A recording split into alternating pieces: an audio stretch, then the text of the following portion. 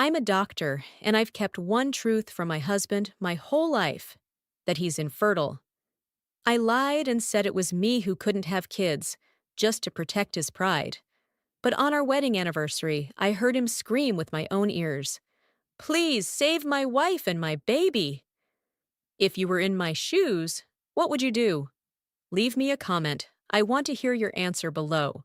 And don't forget to like and subscribe to the channel. I'm Sarah. In a few days, it'll be my anniversary with Michael Reed. I had planned out a surprise gift for him, down to the smallest detail. I had just quit my job at the public hospital. Those endless night shifts and a tiny paycheck drained every bit of energy I had. Now, I work at a prestigious private hospital in New York. The pay is better, the hours are more flexible, and my coworkers don't look at me like I'm some kind of machine anymore. On my first day, I walked into the clinic with a light heart, wearing a fresh white coat that still smelled like clean fabric. I thought, this is a new beginning, for both me and Michael. But then, the OBGYN door burst open. Fast footsteps, heavy breathing. Michael rushed in, not alone, but holding a woman tightly. Her belly was round and full, her face twisted in pain. He didn't see me. No, he didn't even look. His eyes were panicked, his lips trembling as he yelled, "Please, save my wife and my baby!" That word, wife, stabbed me like an icy knife. And baby. It tore through every picture I'd ever had of our marriage. I stood frozen by the instrument table. The blood in my body stopped flowing, but the clinic didn't. Machines kept beeping. Nurses called out. She moaned on the bed. Me?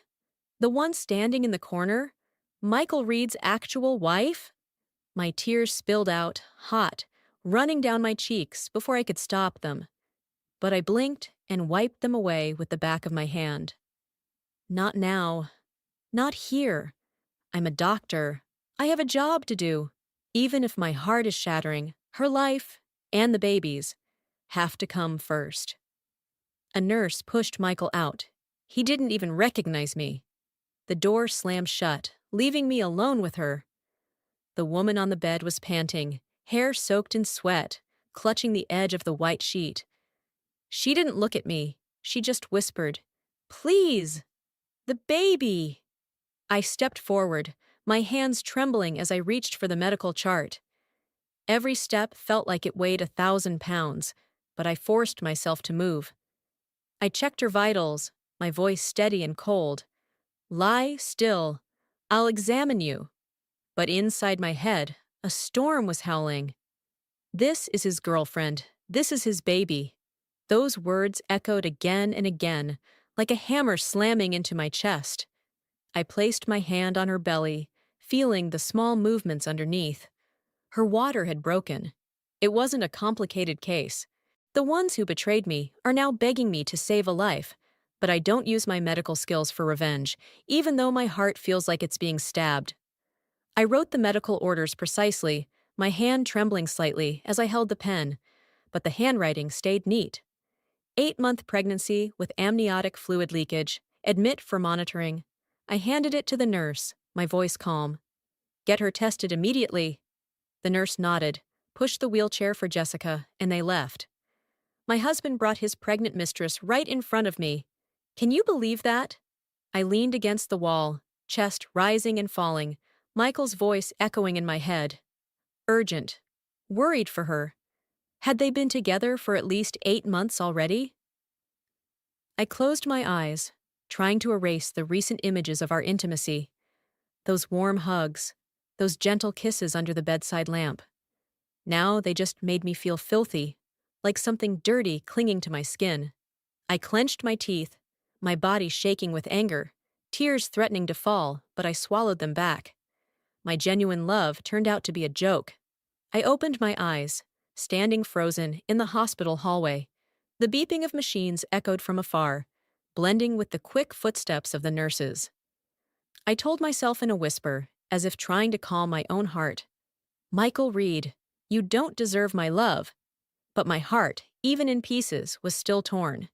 8 years of marriage, full of memories, isn't something you just throw away like an old coat. I closed my eyes, and the beautiful moments of our past flooded back, like sunlight piercing through the fog, warm and painful. I remembered those first nights after our wedding, when Michael held me on that old sofa in our tiny apartment, the smell of coffee he brewed rising from the porcelain cup. He'd hum softly, that warm, low voice, singing the old song I loved, and I'd rest my head on his chest, listening to his steady heartbeat, thinking this would last forever. I remembered those weekend mornings when he'd sneak out of bed early, make breakfast, then bring it to me with a kiss to wake me up. Honey, today I'm your servant. Even if the toast was burnt on one side, I'd still eat it and laugh till I cried. I remembered our beach trip in year 3, when he held my hand, waves lapping at our feet, and whispered, Sarah, with you, I need nothing else. Those moments, once the light in my life, now felt like blades slicing through my heart. 1830. For 8 years, I loved Michael blindly, loved him enough to hide the truth that he couldn't have children, and took the blame from his mother just to protect him. I used to think that if he was sorry, if he admitted it was just a mistake, maybe I'd forgive him. I'd hold him like those old nights and forget everything. Jessica, the baby, the betrayal. I pictured myself saying, All right, Michael, let's start over. But during lunch break, I walked to her hospital room, Jessica Morales, intending to speak with Michael directly. I stopped at the door, my hand gently touching the doorknob. Then her voice came from inside, full of worry. Michael, when will you divorce her? The doctor said the baby could come any time. I don't matter, but our child cannot be illegitimate, Michael replied, his voice urgent, like he was trying to stay calm. Quiet, this is a hospital. Don't make a scene. Then he softened, sweet as syrup, coaxing her. I know Sarah. She can't handle it when someone's too kind to her. The nicer I am, the guiltier she feels. Then my mom will say a few things about how she doesn't want kids. Because of her insecurity, she'll ask for a divorce herself and won't ask for anything. I stood frozen outside the door, hand dropping limp. I couldn't believe it. The man who'd slept beside me for 8 years, he knew my every reaction. How I'd feel guilty receiving kindness. How I was insecure about not having kids. Turns out this was his plan. Intricate and cruel. I fought the urge to storm in, turned away, and walked off. This reality snuffed out the last bit of hope in me, like someone blowing out a fragile candle in the dark. I made a silent vow, the words hissing through clenched teeth. I will make both of them pay. Luckily, today I only worked at the outpatient clinic, no surgeries. As a doctor, I'm tough enough to stay composed, even when my heart feels torn apart. I walked out of the hospital, streetlights casting shadows on the rain-soaked sidewalk, my high heels clicking in a small puddle. I checked my phone and saw a message from Michael. Urgent matter at the law office. Won't be home tonight. I pressed my lips together, clutching the phone tightly, feeling slightly lighter. Good. I didn't want to face that cheating bastard, while rage was still boiling in me. I got into the car, the scent of leather blending with the faint smell of old perfume, and drove home in silence, just the soft patter of rain tapping the windshield. The door closed behind me, with a dry click of the lock. I dropped my bag on the floor, the rain-soaked shoes leaving smudges on the wooden floor. The house was quiet. Only the ticking of the wall clock could be heard. The pain I'd been holding in all day crashed over me like a wave. I collapsed onto the sofa, buried my face in my hands, and cried. Loud, guttural sobs that scraped my throat like they were tearing my chest apart. My tears soaked into my sleeves, hot and relentless. I thought about Michael, about Jessica, about the baby in her belly, and shame surged inside me like a slap to the face. This is the tragedy of being an adult. The older you get, the lonelier it is, and the more you have to chew on your wounds alone. I didn't call my parents.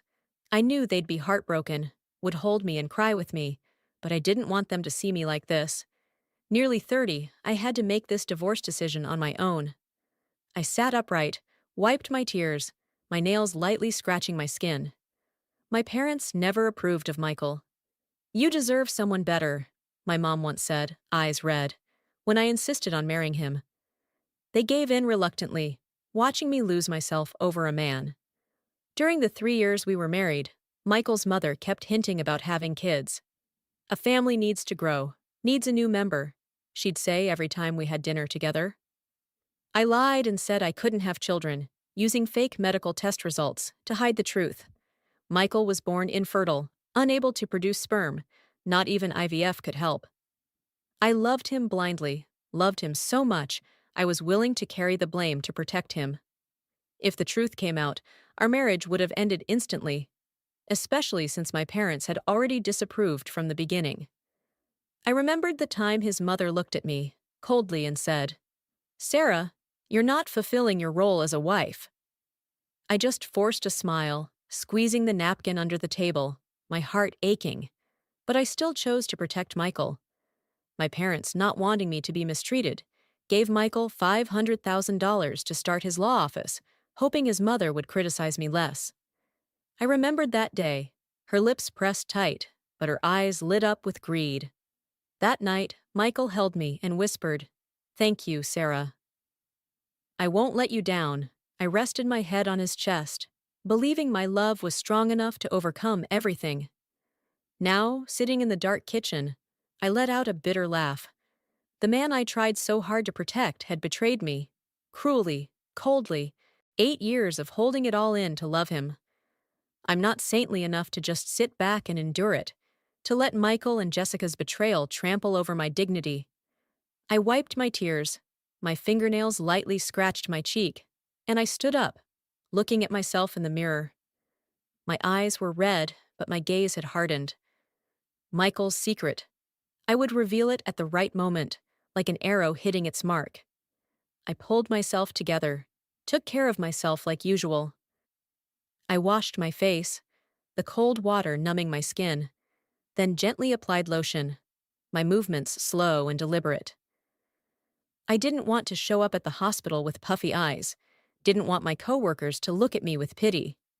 I got into bed, expecting to toss and turn, but strangely, I drifted off into a deep, dreamless sleep. The next morning, I sat at the dining table, steam rising from the coffee cup in my hand. I opened my phone and created a secondary Instagram account, set to only show stories for 24 hours. I posted a few things from the hospital page, ultrasound images, sterile white hallways, and set the profile picture to a nameless flower for disguise. I didn't want Michael or Jessica to get suspicious. While Michael was away, I went to Jessica's room, crisp white coat on, a professional smile on my lips. "I'm here to check on the patient," I said, voice calm, hand scribbling notes on the chart. I had no intention of harming her. In fact, I would protect her and the baby. They were crucial cards in my divorce plan. As a doctor, I couldn't hurt a pregnant woman, but Michael, he'd do it to himself. I secretly checked Jessica's Instagram, but her page was blank. Just a few photos with friends, not a single trace of Michael. I added her, then gently suggested, "You should post something with your partner, show off a little happiness."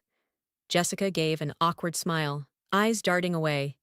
"He doesn't like taking pictures." I smiled too, but inside I was suspicious. Was she too private or too cautious? The plan to get a photo failed, so I decided to switch strategies. I hired a private investigator, a middle-aged man with eyes sharp like a hunting hawk, and handed it all over. "Find everything on Jessica Morales and Michael Reed," I said. I kept watching Jessica whenever Michael wasn't around, paying attention to every little detail. One day, walking past her room, I heard arguing behind the half-closed door. "What are you doing here?" "It's too risky." I stopped, heart racing, ear against the door. "If I don't come, my girlfriend will be stolen." "Jessica, don't tell me you're really gonna marry that guy." A strange man's angry voice burst out. "What are you saying? Do you still want the money or not?" Jessica snapped back. trying to keep her voice low. I stood frozen, hand gripping the edge of my coat. So Jessica wasn't simple. She wasn't just fooling Michael. She had her own agenda, another man behind her. I knew the baby wasn't Michael's, and that was the key to my plan. I turned away, a sly smile curling on my lips. The cheater finally got cheated on. I walked down the hallway, the sterile white light shining on my face, cold but calm. I didn't need to strike. Michael would destroy himself. All I had to do was cut clean from him, from those years I once thought were forever. I picked up my phone and messaged the lawyer. Prepare the divorce papers. I want it done soon. I took a deep breath, a sense of relief creeping in, like a weight had been lifted. Michael and Jessica could go ahead and weave their own tragedy. As for me, I would walk away, on my own path, with no shadow of betrayal behind me. Jessica chose to have a C-section. No one knew whether she was just eager to meet the baby or had other reasons, but it definitely wasn't because her body couldn't handle a natural birth. I'd checked. Everything was fine. The next morning, just as I opened my front door, Michael and his mother, Margaret Reed, showed up at my doorstep. They came to force me into a divorce. I dropped onto the sofa, hair messy, glanced at them, then closed my eyes, trying to stay calm. Michael wore a suit, but his eyes were sunken, hands shoved in his pockets, clearly tense. Margaret, her silver hair in a tight bun, stared coldly and pointed straight at me. "Sarah, what kind of attitude is this?" "Not even a greeting?" Michael cut in, voice gentle but calculated. "Mom, calm down." "Sarah, can we talk?" I didn't answer. Margaret started talking like she was delivering a verdict in court. "You're disrespectful, you don't want kids, you haven't fulfilled your role as a wife." She spoke for over an hour without repeating herself once, listing every fault of mine, from not having children to the tone I used when speaking to her. Michael tried to squeeze in a few sentences, voice strained. "Mom, that's enough." "Sarah, I just want to—" But she cut him off, declaring like a final judgment, "You two have different values. This marriage must end." Michael bowed his head, voice hoarse. "Sarah, I'm sorry." I opened my eyes, looked him straight in the face, and tears fell down without me meaning to. 8 years of marriage, 8 years of taking her insults to protect him, all gone with one weightless apology. I asked myself, what had I, Sarah Carter, done to deserve being part of a staged drama by a so-called top-tier lawyer like Michael? Maybe because I had endured too much, he thought I'd bow my head again, stay silent like before. But I wasn't that naive girl anymore. I stood up, my voice cold. "Your law firm was built with $500,000 from my father. After 7 years, paying back $1.5 million to my parents isn't unreasonable, is it? This house and our income are marital assets. You know how division of assets works, right?" Michael froze, eyes wide, his face shifting from fake sorrow to panic.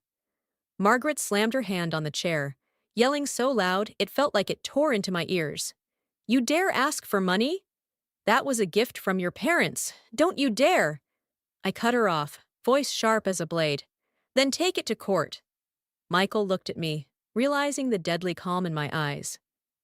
"Sarah, 8 years of marriage, and you have no feelings left for me?" he asked, voice trembling, still trying to play the repentant husband. I gave a mocking laugh, then tossed a stack of photos onto the table. Pictures from the private investigator, showing him hugging Jessica at a cafe, rubbing her belly. Michael's face went pale. The fake sorrow disappeared, replaced with cold calculation. "It's useless, Sarah.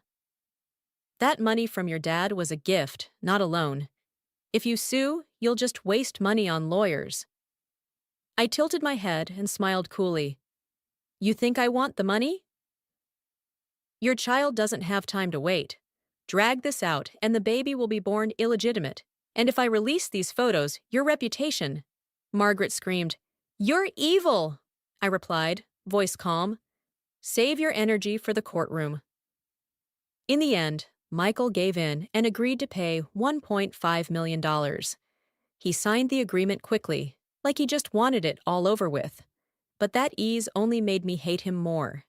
8 years? Who was I blind for? I took the money, knowing full well that if it weren't for Jessica's baby, I wouldn't have been able to get back such a large sum to return to my parents. But what he would never see coming was that the divorce wasn't my final revenge. It was just the beginning. Michael urged me to sign quickly. His voice rushed, like he wanted to end everything before I could change my mind. "Sarah, hurry up!" I looked him straight in the eye, voice ice cold. "Transfer the money first. Once it's in my account, I'll sign. That way, we won't have to see each other again. And make sure you write clearly." Debt repayment. Michael's face darkened, his cheekbones hollowed, lips pressed tight like he was swallowing his anger. Margaret, standing behind him, pointed at me. "You really are greedy." I didn't flinch, just stood there with my arms crossed, staring at them. Michael finally transferred the money. I called the bank and saw the notification. $1.5 million received. I picked up the pen and signed the divorce papers, my handwriting sharp and decisive, without a moment's hesitation. Holding the paper in my hand, I didn't feel the heartbreak I thought I would. Instead, a wave of relief rushed in, like I'd just removed a heavy shackle. I almost laughed. Seeing how calm I was, while he'd just lost a huge sum of money, Michael turned pale with rage. "Sarah, you're really this happy to divorce me?" "Were these 8 years fake to you?" he asked, voice trembling, trying to act heartbroken. I gave a cold laugh, tilted my head. "If you hadn't cheated, maybe I'd still be stupidly in love with you." This was a no-contest divorce, the official reason being irreconcilable differences. The lawyer, face blank, flipped through the papers. But Michael still tried to smear me, speaking low but loud enough for the people nearby to hear. She never wanted kids, never wanted to build a family. I decided I wasn't going to protect his reputation anymore. I said it loud and clear, voice echoing in the small room. He cheated and got someone else pregnant. Judging looks from the staff and a few bystanders immediately turned toward Michael. His face darkened like nightfall, fists clenched, but he didn't dare deny it. Margaret then softened her tone, like she was gently advising me. She repeated the narrative that I didn't want kids, making the people nearby glance between me and her in confusion. I didn't argue. I just turned around and walked out. Arguing with her would be a waste of time. I wanted to strike at Michael's pride and psyche, and I would. Margaret blocked my path. Maybe since the divorce was settled, she didn't feel the need to put on a mask anymore. She leaned in and whispered in my ear, "Now that you're divorced, my son will have a child right away." "And you? Just stay alone forever." I stopped and gave her the brightest smile. "Thank you, Margaret. Send my regards to your grandson."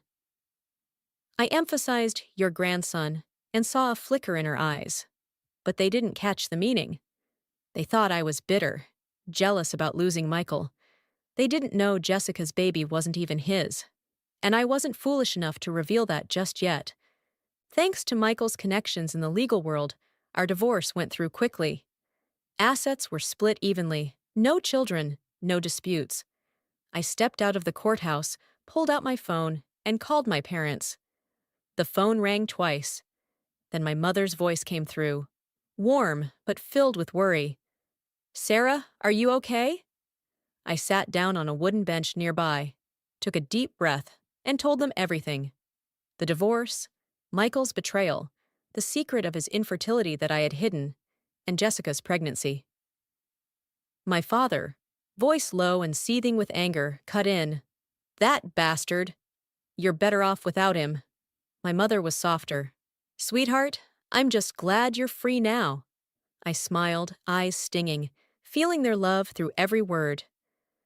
Dad hired a moving company the very next day to clear out everything from the old apartment, what used to be my home with Michael. I stood there, watching the movers haul things out. Dad stood beside me, arms crossed, his voice firm. Everything in that place I bought for you. Now that you're divorced, why leave him with anything?" I laughed and nodded at his childlike idea. Mom held my hand, her gaze gentle but unwavering. "Evil people will bring ruin upon themselves, Sarah. Don't dirty your hands." This time, I listened. To sever all ties with Michael, I requested a transfer to a hospital near my parents' house, where every morning I could hear birds singing in the yard, see my mom making tea in the kitchen, and feel a new life beginning. 3 months later, Michael came to my parents' house but was chased away by my dad. Still, he didn't give up. He cornered me in the parking lot. "Sarah, I'm infertile, right? Why didn't you tell me sooner? Why did you hide it from me?" he asked, his voice trembling, like he was trying to play the remorseful husband again. But I had already seen his performance, his sweet lies. So now I didn't believe a single word. And honestly, whether I believed him or not didn't even matter anymore. I had already let go. "Get out of my way!" I shouted, my voice cold, my hand gripping the strap of my bag. But Michael, like a drowning man clinging to a lifeline, stepped forward and wrapped his arms around me. "I was wrong. Let's just talk calmly," he whispered, his breath hot against my shoulder. I struggled, but his grip tightened, like a pair of shackles. The parking lot was dark and suffocating. The smell of motor oil and concrete made it hard to breathe. My whole body went cold, my heart pounding. In that moment, horror movie scenes flashed through my mind. Men who'd lost control, the crazed look in their eyes, and blood pooling on the floor. I was shaking, not because I was afraid of dying, but because I truly wondered if Michael had completely lost it. He, a once sharp lawyer, was now just a broken man, hollow-eyed and unhinged. I thought of all those stories about lawyers turned murderers, men who once stood tall but crumbled under despair. Who's to say Michael, with that pale face and trembling hands, wasn't capable of the same? But I prayed, if anything like that ever happened, the victim would absolutely never be me. It wasn't my fault. I was the victim of Michael and Jessica, of layered lies and betrayal. I wasn't about to bear the consequences of someone else's mistakes. Only a fool argues with a madman. I took a deep breath, pretending to sigh to steady myself, my voice soft but firm.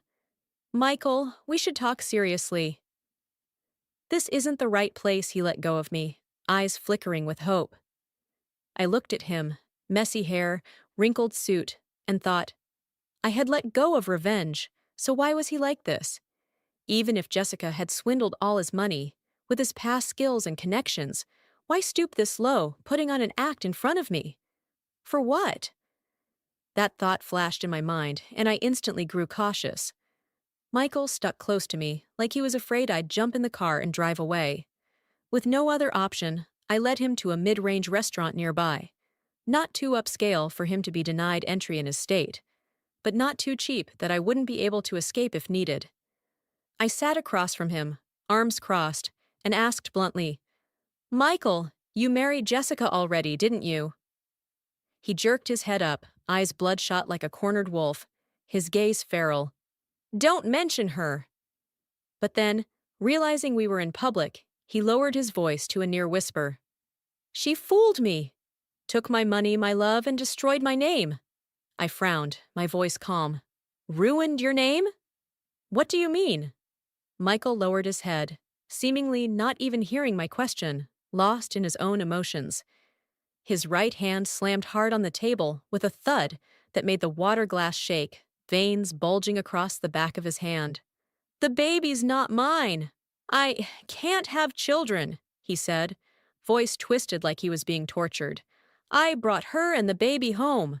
And the next day, she vanished, took all my valuable assets with her." He paused, his eyes empty. Turns out, while looking for her, he accidentally ran into the doctor who had treated us, my friend. That doctor, without realizing, revealed that we were already divorced, and then let slip the secret I had kept hidden. He repeated, his voice breaking, "She destroyed my entire career."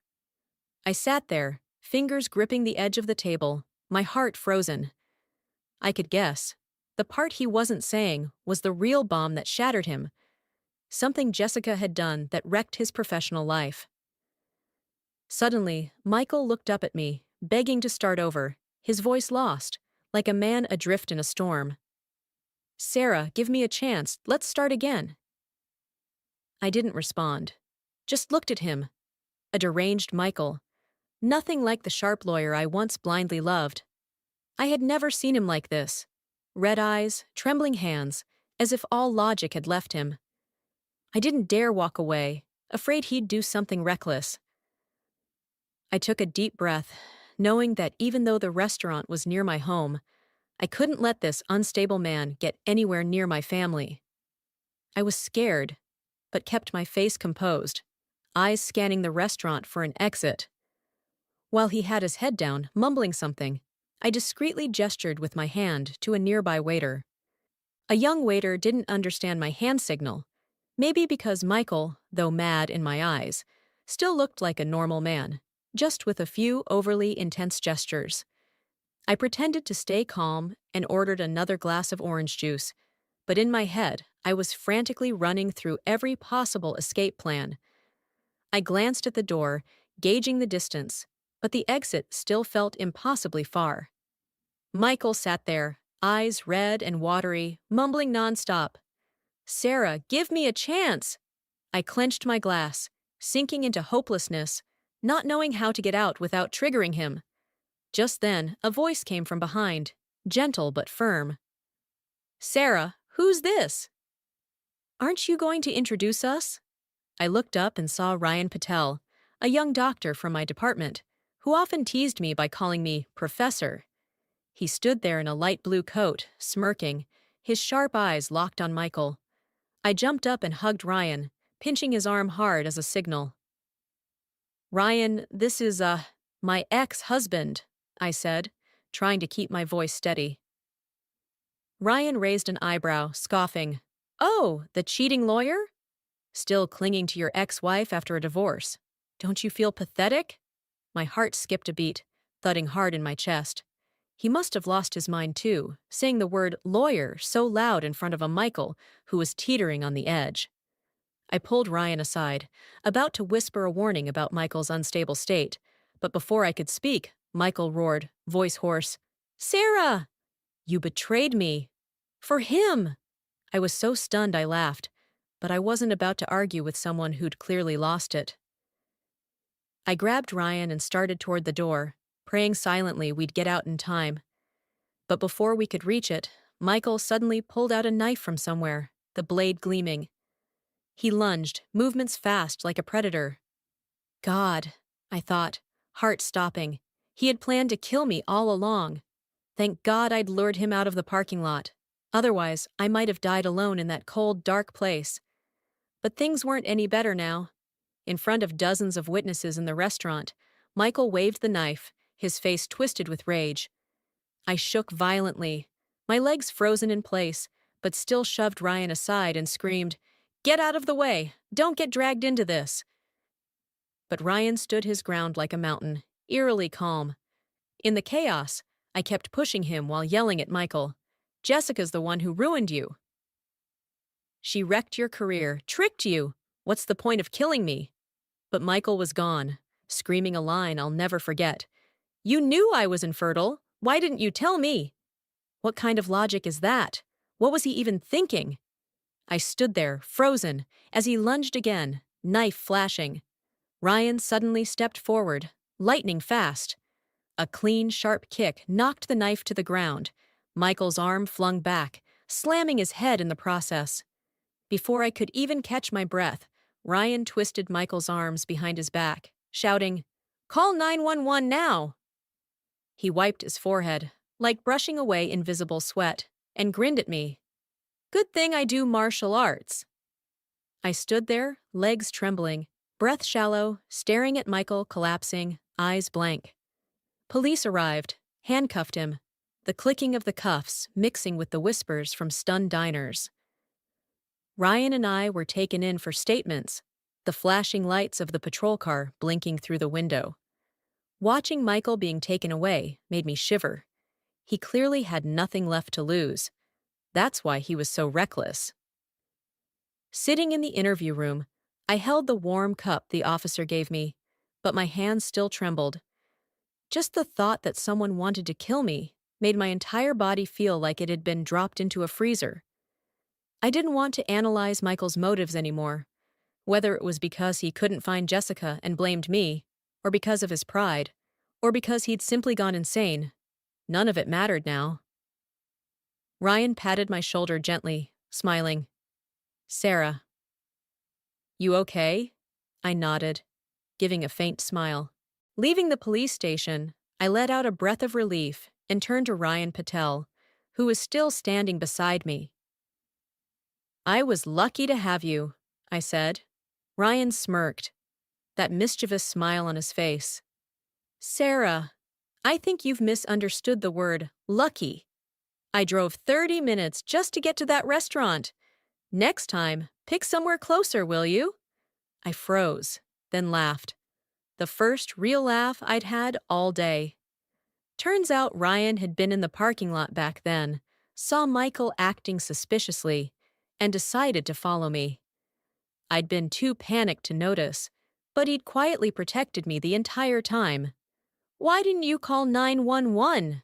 I asked, my voice still shaking. Ryan tilted his head, his smile half joking, half serious. "Hero saves damsel moments like that. If I called 911 right away, I'd miss my big scene." I laughed again, for the first time all day. I figured he was just trying to make me feel less tense. But his eyes, steady and bright, told a different story. Ryan was serious. Because of the hospital's no dating rule, a few weeks later, he transferred to a different facility. Time passed, and Ryan slowly became part of my life. Morning coffees, quiet moments when he'd fix my leaky pipes without saying a word. Those silly jokes that made me laugh until my stomach hurt. I used to think love was a luxury buried beneath the ashes of Michael. But Ryan, with the way he patiently waited for me to open up, made me believe in it again. Michael was convicted of attempted murder and sentenced to prison.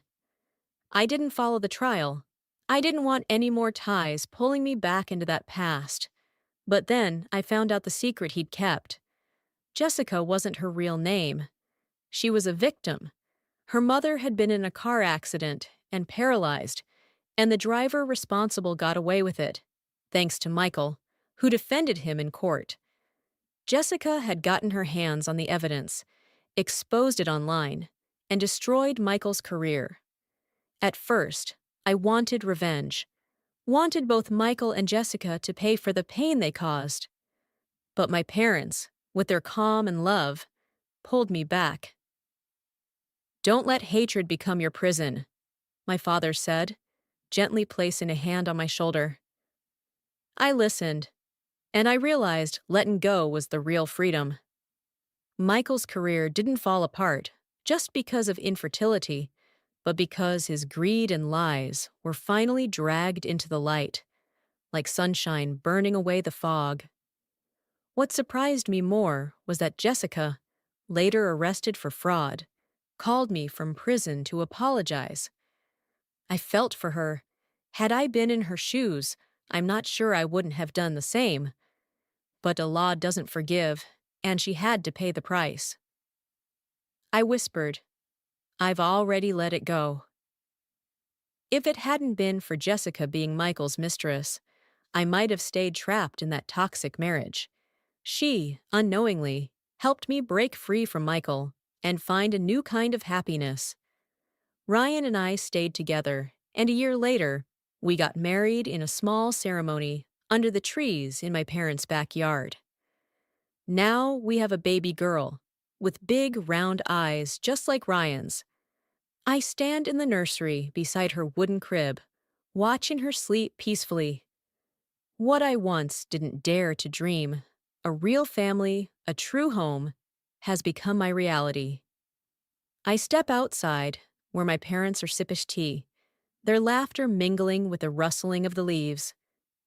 I look up at the sky, clear blue, not a single cloud, and feel freedom flood my chest. Michael, Jessica, the painful years, they're just clouds that have passed. Justice sometimes comes in ways we never expect, like a rainbow after the storm. I, Sarah Carter, have found my own path, where every step feels light, and every breath is filled with light. When you let go of the past, the sky opens up and happiness finds you, like sunlight after the rain.